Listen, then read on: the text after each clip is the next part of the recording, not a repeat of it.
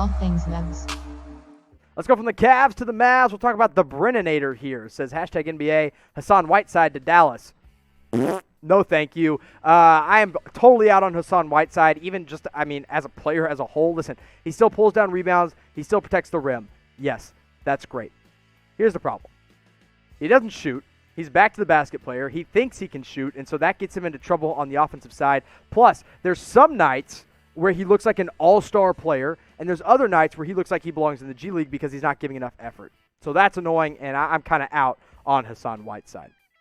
Let's stick with the Mavs here. Go to EG101. Says, is Luka going to win MVP? Here's the thing, EG. He's the odds-on favorite right now. He really is, and that surprised me when it came out.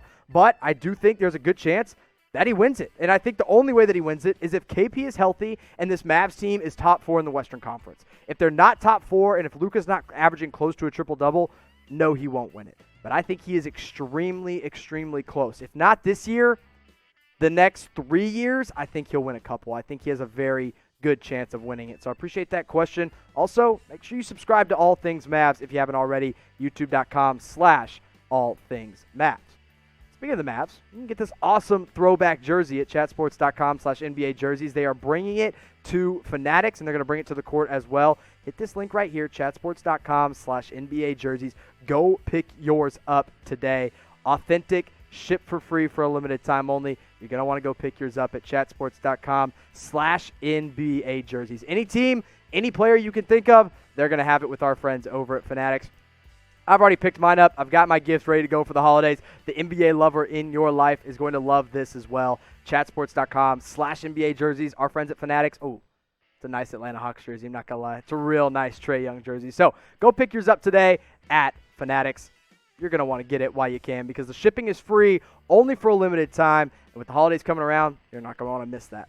ElRoboRick uses hashtag draft and super chat. So a double whammy coming from ElRobo. Says, who will be the steal of the draft? Good question. I like this question a lot. Now, one guy that I have higher than most people, I think, is Desmond Bane out of TCU.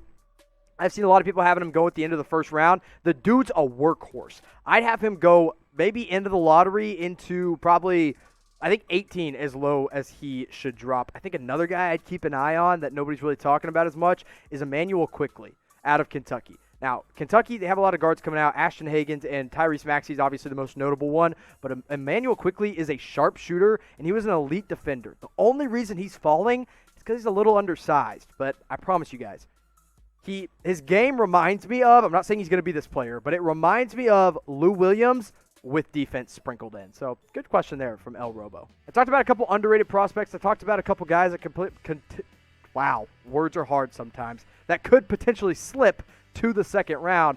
But let's go overrated here. Who do you think the most overrated prospect is in this draft? I've given my answer multiple times on this show. Everybody, I think, in the office knows my answer. It's James Wiseman, okay? He's great. And that's not, just because you're overrated doesn't mean you're bad. It just means you're not as good as everybody thinks you are. And that's what James Wiseman is. He's going to be fun to watch. I'm excited to watch him develop. He's got a high ceiling, but he's not there yet, guys. He's just not there yet, but I do think he could be eventually. So give me your most overrated player. I see a lot of LaMelo Balls coming in the live chat. I disagree. I think LaMelo is going to be great in the NBA. He has he has the vision of a point guard and the size of a small forward. But that's mainly the answer. I see a couple Cole Anthonys coming in as well. Good answers, but give me yours in the comment section. Super chat time from Kenneth Booker says, does a player with an injury history fall like Michael Porter Jr.? Now, that's a good question. The only thing is there's not a Michael Porter Jr. in this draft when it comes to injury history. Aaron Nesmith is the closest thing to it because he did suffer a stress fracture in his left foot, I believe, in his time at Vanderbilt. And, maybe that makes him fall a little lower than he should, but he's not going to be, to the level of Michael Porter Jr. Another guy that's probably going to fall to the second round, potentially go undrafted, is Killian Tilly out of Gonzaga. I don't know how you guys like to say it, but Gonzaga, I guess is how we'll say it. Killian Tilly is a fun player, also a very fun name to say over and over again, but I think he goes late second round, and maybe he's a steal, but he's definitely not quite a Michael Porter Jr. But those are my two guys, Aaron Nesmith and Killian Tilly, that could potentially fall because of injuries. Let's go to JJ Maciel. It says, where will DeMar DeRozan be going? So DeMar currently with the Spurs. It looks like he's going to be on the move. It looks like he wants out. He does not want to play with San Antonio, it appears. I think him going to the Lakers somehow is possible, but I don't know how realistic it is because I don't know what trade chips would happen. I would like to see him go back to Toronto. I would like to see Kyle Lowry, DeMar DeRozan, and Pascal Siakam run it back and really potentially rebuild that friendship and relationship for DeMar DeRozan, but I'm just not sure. I think another potential team could be the Boston Celtics with all their trade chips. I've seen the Dallas Mavericks kicked around out there. I don't think that's realistic. I don't think the Mavs want DeMar DeRozan. I haven't seen a whole lot of other names, but I think it's got to be a contender because I don't really see a whole lot of tanking teams going for an older guy like DeMar DeRozan. What do you think will be the big trade of the draft? You ready? I think the Bulls are trading with the Warriors. They're going to get to number 2, and they're going to take LaMelo Ball. I think that's going to be one of the bigger trades of the draft. I think the Warriors will absolutely trade out of that number 2 pick at some point. Maybe it's not on draft night. Maybe it's before. Or maybe they draft someone and trade them later. But let me know what you guys think. Biggest trade of the draft. Who do you think is going to make the trades? Let me know in the comments. Are you going to watch all 60 picks this year? Type Y for yes. Type in for no. I'll be typing my Y for yes. You know why? Because we're going to be live for all 60 picks, baby. Last year, hey, Tom, here's a trivia question for me. Tom's right next to me. Do you remember who pick number 60 was in last year's draft? It was Vanya Marinkovic. Did he play a game in the NBA this year? No, he did not. He got drafted by the Sacramento Kings. I remember it because we were live for it. We're going to do it again this year, all 60 picks, and you bet your butt we're going to be live for all of them. So make sure you subscribe and turn on your notifications. It's going to be a fun night on November 18th, a week from today that we're recording this video.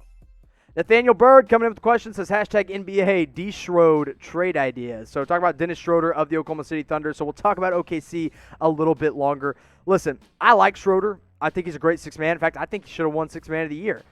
I just don't know what his value is right now to the Thunder. Maybe I think it's a mid to late first round pick plus a future pick and maybe an established player. Where does he get traded? Man, I think Boston would be an awesome place for him, but I don't know if Boston is a team that is willing to give up the assets that OKC would probably ask for to get Dennis Schroder away. I know the Dallas Mavericks have shown a little bit of interest in getting Schroder as a six-man candidate, but again, a team that I don't know if they have the interest or if they have the assets, Now, maybe the Phoenix Suns can't get Chris Paul, and they settle for Dennis Schroder as a backup option. I think there's a lot of places that Schroder would fit nicely in. In fact, I think if he went back to Atlanta was a six-man or was a backup to Trae Young, that might even work as well. But maybe you guys can let me know where you think Dennis Schroder should go this offseason.